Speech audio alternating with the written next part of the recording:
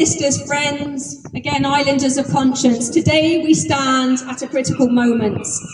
A moment when we must decide whether we will allow our continued descent into barbarism or unite as ordinary people and forge a new way forwards and birth a kinder world built on love, compassion, courage, tolerance, community, the best that humanity has to offer.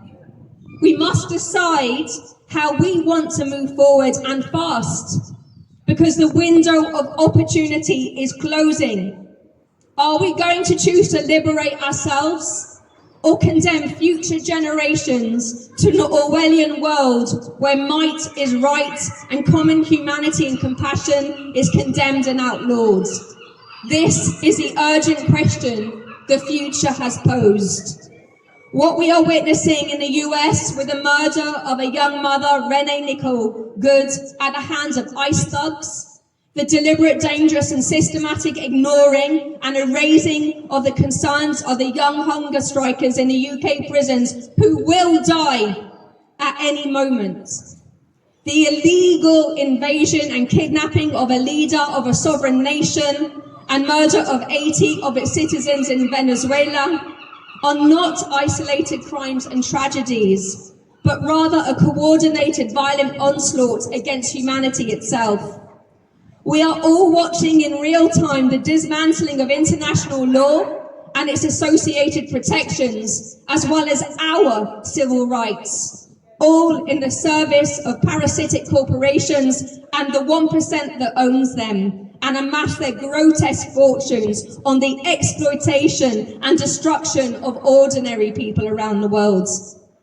These same individuals and corporations who have bought our governments and institutions are also the main architects of the genocide that brings us out here every couple of weeks. A genocide that continues unabated, no matter what the media falsely reports about a ceasefire that simply does not exist. We must understand too the interrelatedness between the genocide of our brothers and sisters in the whole of occupied Palestine, as well as those in Sudan. The same hands bringing death in Gaza are arming the killers in Sudan. The same powers that enable Israeli apartheid are bankrolling the rapid support forces.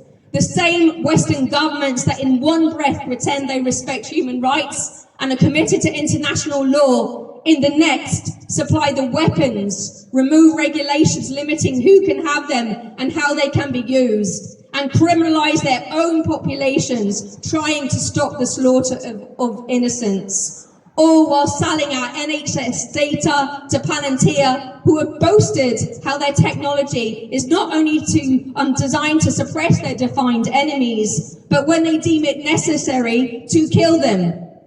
Let us begin with what the evidence makes clear. The United Arab Emirates and Israel have forged a deadly military alliance through the so-called Abraham Accords. These are not peace accords, they are pacts of oppression. Since 2020, Israeli arm exports to the UAE have reached $1.8 billion, 12% of Israel's total arms trade. But this is just the beginning.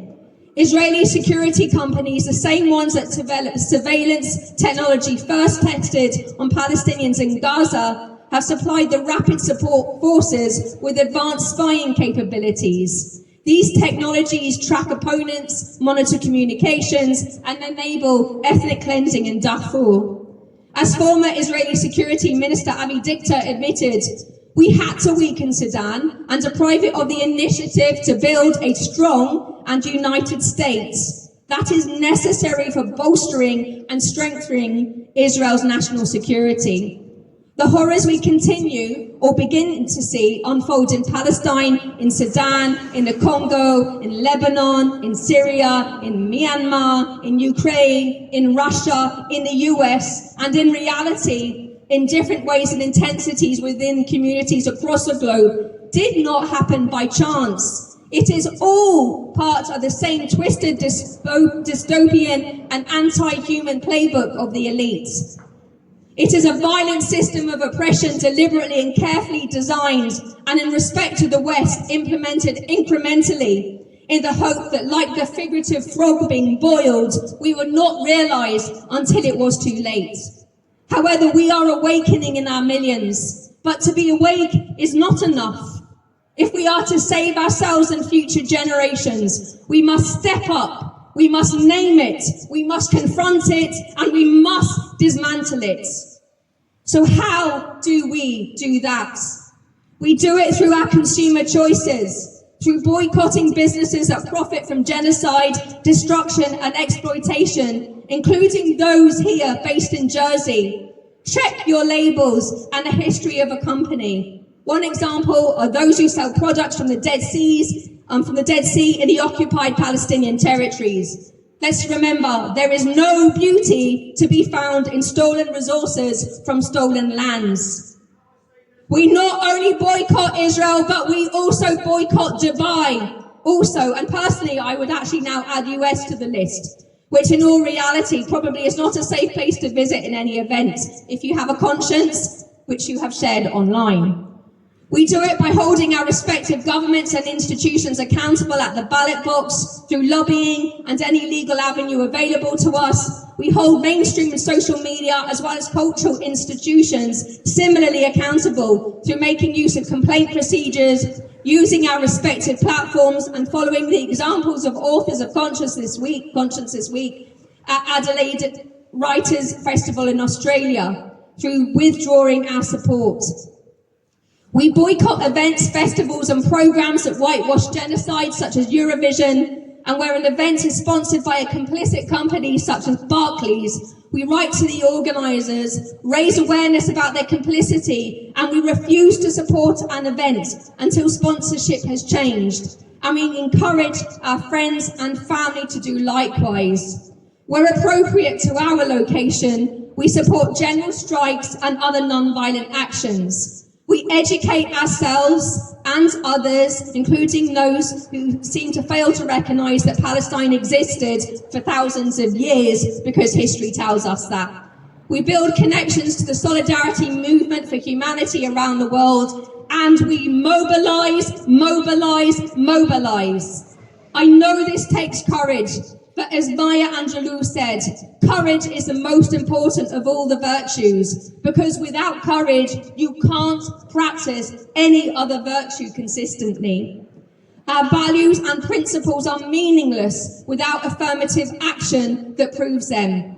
And let us never forget that our actions, our resistance to walking down their dystopian path that will destroy and demean us all, is rooted in love. Love for ourselves, love for each other, love for our community, love for the whole of our human family, and love for this beautiful planet that we share. But as we think of love, let us remember that love is not quiet, placid and feeble. True love is vibrant, it is energetic, and it propels us forward. So with love and courage and in recognition that my soul, brothers and sisters, is bound up in yours, as your soul is bound up in mine, as our souls are bound up with every other human on this planet. Let us step forward this year, 2026, with a renewed commitment to the struggle for a kinder world that we can all thrive in. Free, free, free, free, free, free, and let love win.